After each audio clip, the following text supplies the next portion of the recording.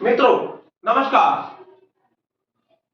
2024 के लोकसभा चुनाव का मजमून तय हो गया है। 7 चरणों में चुनाव होने जा रहे हैं। हम आज राजनीति नहीं, संघ और भाजपा की जमीन कैसे तैयार हुई, इस पर बात करेंगे। हमें 1977 की ओर जाना होगा। 1977 में जयप्रकाश नारायण के नेतृत्व में जनता पार्टी का गठन हुआ। हालांकि जेपी सीधे सीधे जनता पार्टी से नहीं जुड़े थे। आपातकाल का समय था। आपातकाल से देश की जनता नाराज थी। परिणाम विपक्ष एकजुट हुआ, जिसमें संघ का राजनीतिक मौका जनसंघ भी शामिल हुआ। जनता पार्टी की सरकार बनी, मोरारजी देसाई प्रधानमंत्री बने। पहली बार 1977 में जो प्रयोग संघ ने किया, वो प्रयोग 1989 में खुलकर भाजपा को लाभ देने वाला साबित हुआ। 1977 से पहले सरस्वती शिशु मंदिर की स्थापना संघ ने जरूर की, लेकिन 1952 में पहली बार संघ के विद्यालय की स्थापना गोरखपुर में हुई। दूसरा, मध्य प्रदेश की बात करें तो रीवा में 1959 में सरस्वती शिशु मंदिर की स्थापना हुई, लेकिन सरस्वती शिशु मंदिर उस समय तक रेंग रहे थे। लेकिन जैसे ही जनता पार्टी की सरकार बनी, संघ के दो मोहरे, जिन्हें हम अटल बिहारी वाजपेयी और लालकृष्ण आडवाणी के नाम से जानते हैं, ये संघ की भाजपा जनता पार्टी की सरकार में मंत्री बने। एक के पास विदेश मंत्रालय था और दूसरे के पास सूचना और प्रसारण। विद्या भारती की स्थापना भी 1977 में हुई। कहने को प्रताप चंद्र शिक्षा मंत्री थे, लेकिन संघ ने सबसे बड़ा फायदा लेने का काम जनता पार्टी की सरकार में किया और विद्या भारती की स्थापना की। इस संघ की इस पहल को ना तो समाजवादी आंदोलन के बड़े बड़े दिग्गज चौधरी चरण सिंह, राजनारायण जैसे दिग्गज भी इस चाल को समझ नहीं सके। वो केवल दोहरी सदस्यता के नाम पर उलझ गए। और वस्तु स्थिति आपके सामने है कि आज संघ का जो प्रसार हुआ है, वो सरस्वती शिशु मंदिर के माध्यम से हुआ। जो भाजपा का प्रसार और विस्तार हुआ है, वो शिक्षा भारती से हुआ। सरस्वती शिशु मंदिरों की स्थापना से दो काम हुए। पहले लाइक माइंडेड युवा तैयार हुए और दूसरी ओर पैसा, जो संघ की और भाजपा की सबसे बड़ी जरूरत थी। परिणाम आपके सामने है कि 1984 के चुनाव में भारतीय जनता पार्टी लोकसभा में महज 2 सीट ले पाई थी। एक सीट दूर आंध्र प्रदेश से नादियाल से जीती थी।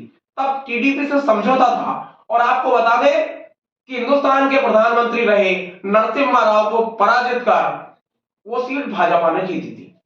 दूसरी सीट गुजरात से जीती गई थी। 2 ही सांसद हुआ करते थे, ना अटल जी जीते ना आडवाणी जी जीते। भाजपा को 2 सांसद। 84 के बाद जैसे जैसे विद्या भारती और सरस्वती शिशु मंदिरों का विस्तार हुआ, विस्तार होने का सबसे बड़ा कारण मध्य प्रदेश में 1977 के बाद हुए विधानसभा चुनाव में भाजपा की सरकार है। हालांकि वह सरकार 80 तक ही चल सकी, लेकिन सरस्वती शिशु मंदिर की स्थापना लगातार हर जिले में होने लगी। इसके बाद आगे चले तो ये कंडीशन राजस्थान में भी बनी। राजस्थान में भी विस्तार हुआ।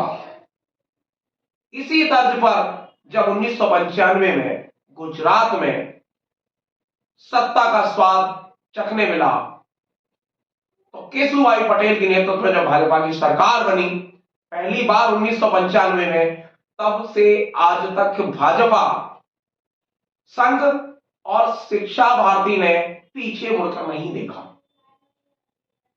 लाइट माइंडेड बच्चे जो उनके यहां 12 साल पढ़कर आए थे, जिन्होंने 1977 से 1985 के बीच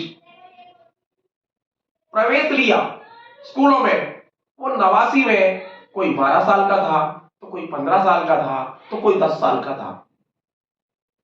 राजीव गांधी जी ने एक काम किया कि युवाओं को मताधिकार, उन्होंने 18 साल के वोटरों का जो मताधिकार दिया, उस मताधिकार की का सबसे बड़ा लाभ संघ पोषित शिक्षा भारती से निकले बच्चों ने भाजपा के पक्ष में मतदान 1989 से शुरू किया।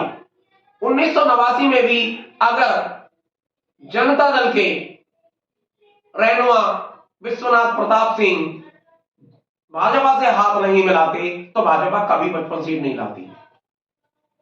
91 में आते आते परिस्थितियां ये बन गई कि लगातार सीटों की संख्या बढ़ गई, 55 से 82 आए और 96 में ये संख्या बढ़कर 182 हो गई। पहली बार सरकार बनाने का मौका मिला भाजपा को। पूरी वजह शिक्षा से चलकर आई है, शिक्षा के मंदिरों से चलकर आई है। भाजपा के विस्तार में सरस्वती शिशु मंदिर से निकले विचारधारा के युवाओं का योगदान है और ये योगदान लगातार बढ़ता रहा। इस चीज को ना तो कांग्रेस के सत्ताधीशों ने समझा, ना कांग्रेस के सेवा दल ने समझा, ना कांग्रेस के प्रधानमंत्रियों ने समझा, ना कांग्रेस के संगठन ने समझा और ना ही समाजवादी विचारधारा के पुरोधाओं ने समझा। नतीजा कमान कांग्रेस के हाथ से निकल गई, कमान समाजवादियों के हाथ से निकल गई। आज संघ वहां खड़ा है कि जहां से कोई भी राजनीतिक पार्टी उनकी मुकाबला करने की स्थिति में नहीं बची है।